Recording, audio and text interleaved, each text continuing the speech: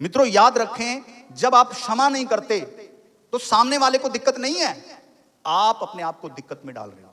क्योंकि क्षमा ना करने वाला व्यक्ति एक कैदी की तरह होता है जो अपने आप को ही जेल के अंदर बंद कर लेता है।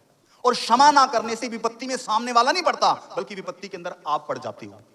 क्योंकि क्षमा ना करने से जैसे एसिड काम करता है ना, तेजाब, आपके शरीर के अंदर भी एक तेजाब बनना शुरू हो जाता है जो आपको अंदर ही अंदर मारना शुरू कर देता है। क्षमा ना करना क्या है? एक कह सकते हैं स्लो पॉइजन है, एक धीमी मौत है जिसमें धीरे धीरे करके आप मर रहे हैं, आप मौत की तरफ जा रहे हैं। क्षमा ना करना। इसलिए यीशु मसीह ने अगर कहा है कि क्षमा करना मेरी आज्ञा है, वो इसलिए है कहीं ना कहीं प्रभु हमें जीवन देना चाहता है, प्रभु अच्छा स्वास्थ्य देना चाहता है। बहुत बार पति पत्नी साथ तो रह रहे हैं लेकिन बिना क्षमा के। इसलिए क्या है, उनके बीच में गहरे रिश्ते नहीं है, फ्रेंडशिप नहीं है, वो एक दूसरे को खुलकर अपनी बात नहीं बता पा रहे हैं, डर है एक दूसरे के जीवन के अंदर। क्यों? क्योंकि कहीं ना कहीं वो एक दूसरे को क्षमा नहीं कर पा रहे हैं।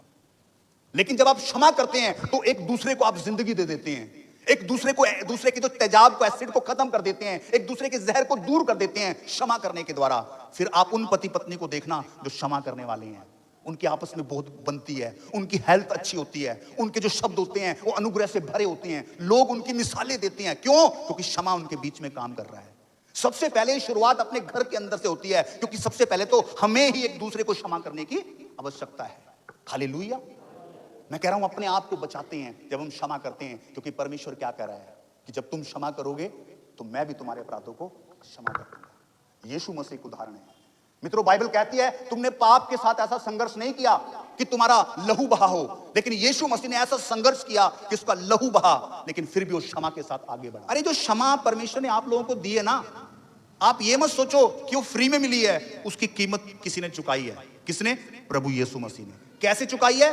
कि उसने हमारे पापों के लिए अपनी जान को दे दिया, अपने लहू को बहाया, क्रूस पर मर गया, हाथों में कीलें ठोकी गई। तो क्या किया यहां पर? यीशु ने कीमत चुका दी है।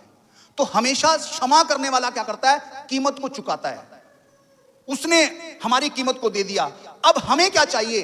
कि हम भी आगे लोगों को क्षमा करने वाले बन जाएं, जैसे यीशु मसीह ने हमारे अपराधों को क्षमा कर दिया, चाहे हमें कीमत भी चुकानी पड़े। हालेलुया। क्योंकि जब आप क्षमा करते हैं तो आप अपने रास्तों को खुला कर देते हैं, आप स्वतंत्र हो जाते हैं, आपके जीवन में चीजें बेहतर होने लगती है। लेकिन जब क्षमा नहीं करते तो आप कैदी के समान रहते हो और कभी भी आप सफल नहीं हो पाते, आपकी रेस धीमी पड़ जाती है। इसलिए परमेश्वर क्या चाहता है कि हमें एक दूसरे को क्षमा करने की आवश्यकता है। पहला